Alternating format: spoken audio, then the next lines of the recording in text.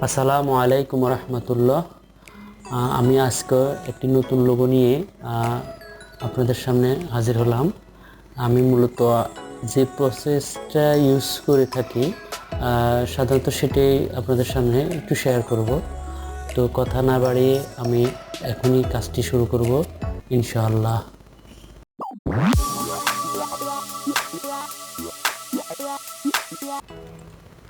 আজকে আমার কনসেপ্টটা অনেক সহজ। আমি খুব সহজভাবে তৈরি করব বিগ ব্রাঞ্চ প্রোডাকশন। এটা প্রোডাকশন হাউসের লোগো, মিডিয়া প্রোডাকশন, এটা ভিডিও প্রোডাকশন। তো ব্রাঞ্চ মানে হলো এখানে যত সম্ভব এটা শাখা হতে পারে, গাছের শাখা। এটা দেখা লাগবে না। আমি এখন মূলত কীভাবে লোগোটা শুরু করব সেটাই দেখাবো। সেটাই আগে প্রসেস মানে আইডিয়াটা নিয়ে নিই, তারপর আমি ডিজাইনটা শুরু করব।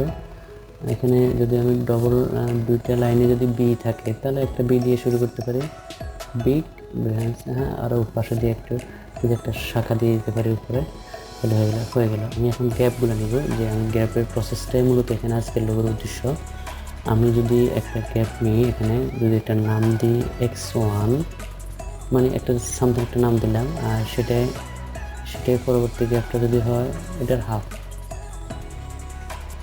এই গ্যাপের হাফ হলো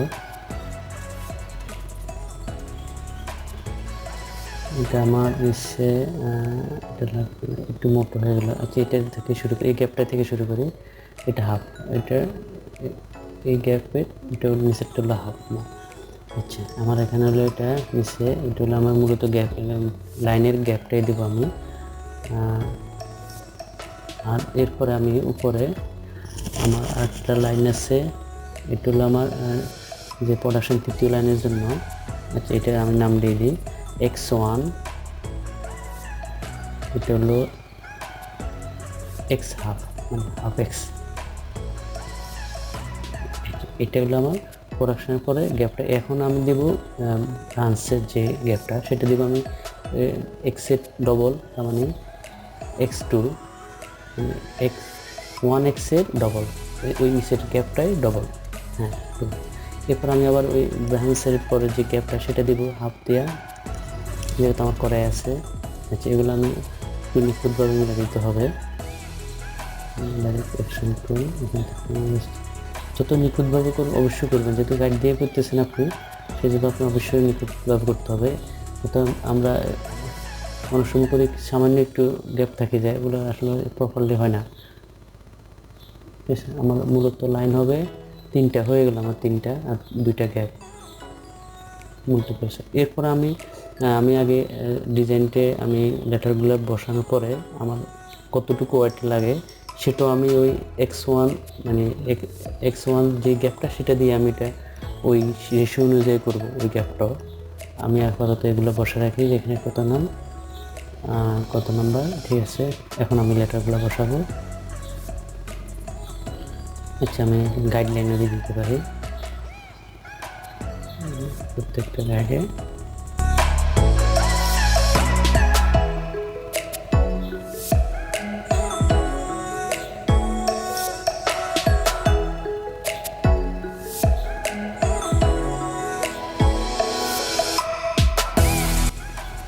হ্যাঁ, গাইডলাইন আমার হয়ে গেল।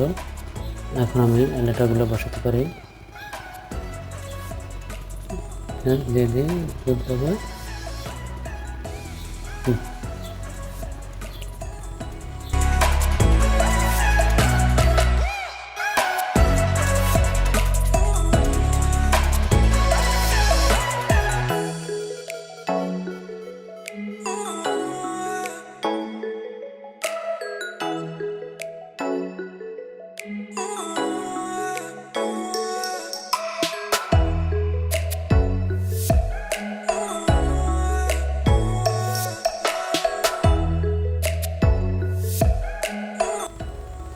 আচ্ছা, আমি গ্যাপটা দেখে নিই কতটুকু আছে। এটা যদি হয় আমার মনে হয় যতটুকু হয়, আমি একটু ম্যাপে দেখে নিই এটা কতটুকু আছে।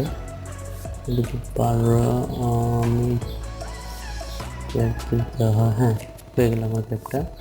আমার এটা হবে x12, মানে আপনি এটা হবে 10 করে নিয়েছিলাম আমি, 10 পিটি সাইজ, সেটা 10 12 দিয়ে বানালে 120 পিটি হবে। আমি সেম রেশিও দিয়ে নিয়েছিলাম। আমি জাস্ট লেটারটা যতটুকু হয় সেই মাপ দিয়ে আমি এই গ্যাপটা করে নিলাম। তার মানে আমার এই গ্যাপের নাম হলো x12, মানে এই প্রথম যে x1 এর যে গ্যাপটা, এটা 12টার সমান পাশেরটা, একদম এখান থেকে শুরু করে একদম শেষ পর্যন্ত। এই জন্য এটার নাম দিলাম x12 গ্যাপের নাম। আশা করি বুঝতে পারছেন আপনারা। মূলত আমার লোগোর শেপটাই হবে এটাই মূলত। এটা এখন এটার ভিতরে আমি আমার ডিজাইনগুলো যতটুকু সম্ভব একদম ফিনিশিং করে নেব।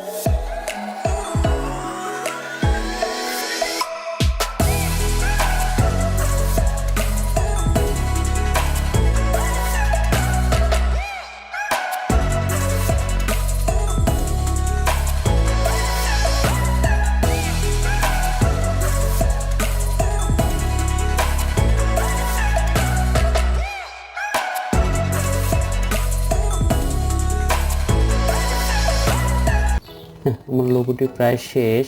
আমি এখন এটা মানে প্রেজেন্টেশনের জন্য যতটুকু সৌন্দর্য বাড়ানো যায় যে বোঝানোর জন্য জাস্ট আমি এই গ্যাপটার জন্য এখান থেকে এই গ্যাপটার নাম হলো x12।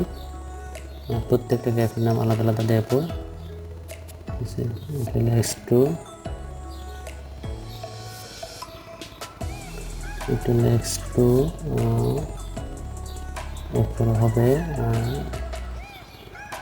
ঠিক আছে x2, আর একটা আছে সেম প্রথমে, এরপর হলো x1 দিয়ে দিলাম,